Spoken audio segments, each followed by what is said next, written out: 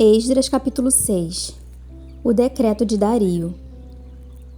O rei Dario mandou então fazer uma pesquisa nos arquivos da Babilônia, que estavam nos locais em que se guardavam os tesouros. Encontrou-se um rolo na cidadela de Ecbatana, na província da Média, e nele estava escrito o seguinte, que Dario comunicou.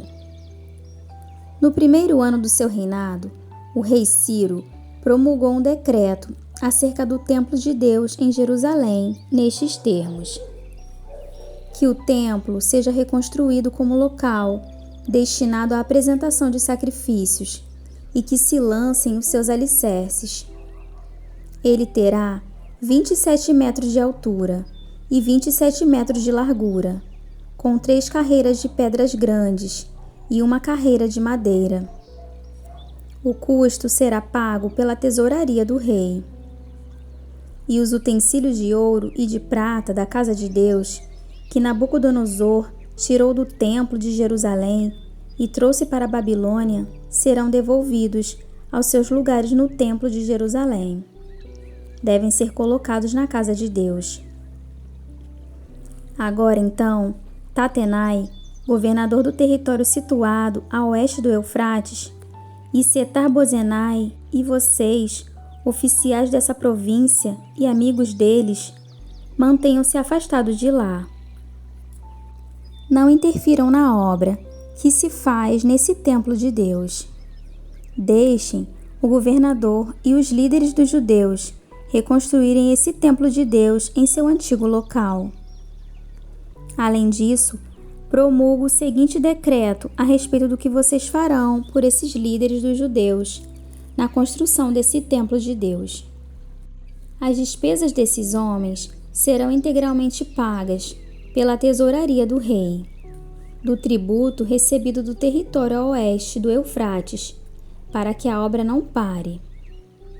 E o que for necessário, novilhos, carneiros, cordeiros para os holocaustos, oferecidos ao Deus dos céus, e trigo, sal, vinho e azeite, conforme for solicitado pelos sacerdotes em Jerusalém. Tudo deverá ser entregue diariamente a eles, sem falta, para que ofereçam sacrifícios agradáveis ao Deus dos céus e orem pelo bem-estar do rei e dos seus filhos. Além disso, determino que se alguém alterar este decreto, atravessem-lhe o corpo com uma viga tirada de sua casa e deixem-no empalado. E seja sua casa transformada num monte de entulho. E que Deus, que fez o seu nome ali habitar, derrube qualquer rei ou povo que estender a mão para mudar este decreto ou para destruir esse templo de Jerusalém. Eu, Dario, o decretei, que seja plenamente executado. A dedicação do templo.